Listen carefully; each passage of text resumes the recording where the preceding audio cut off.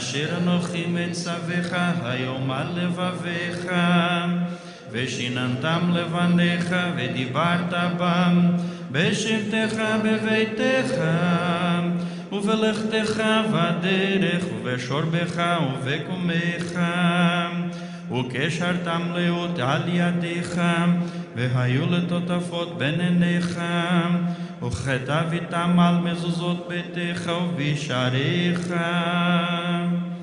והיה אם שמוע תשמעו אל מצוותי אשר אנוכי מצוותכם היום לאהבה את אדוני אלוהיכם ולעובדו בכל לבביכם ובכל נפשכם, ונתתי את ארצכם ביתו יורה ומלקוש, ואספת דגניך ותירושך ויצריך, ונתתי עשב בשדך לבהמתך, ואכלת ושבעת, וישמרו לכם בנפתי לבביכם, וסרתם ועבדתם אלוהים אחרים, וכשתהביתם לכם.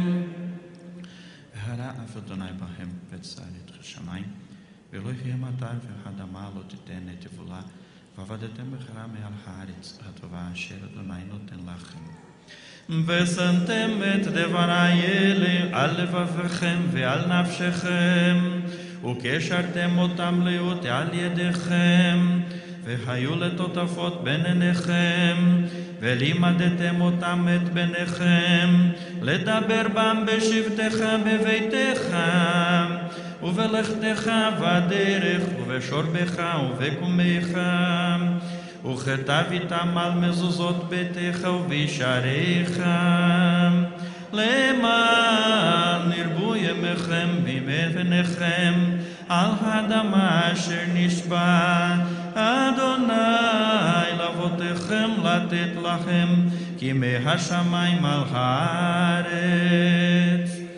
ויאמר אדוני אל משה לאמור, דבר אל בני ישראל, ואמרת לכם ועשו להם ציצית על כנפי בגדיהם לדורותם, ונתנו על ציצית הכנף בטיל תכלת, וחיה להם לציצית, וראיתם אותו וזכרתם את כל מצוות אדוני, ועשיתם אותם ולא תטורו אחרי לבביכם ואחרי עיניכם אשר אתם זונים אחריכם, למען תזכרו ועשיתם את כל מצוותי וחייתם קדושים לאלוהיכם.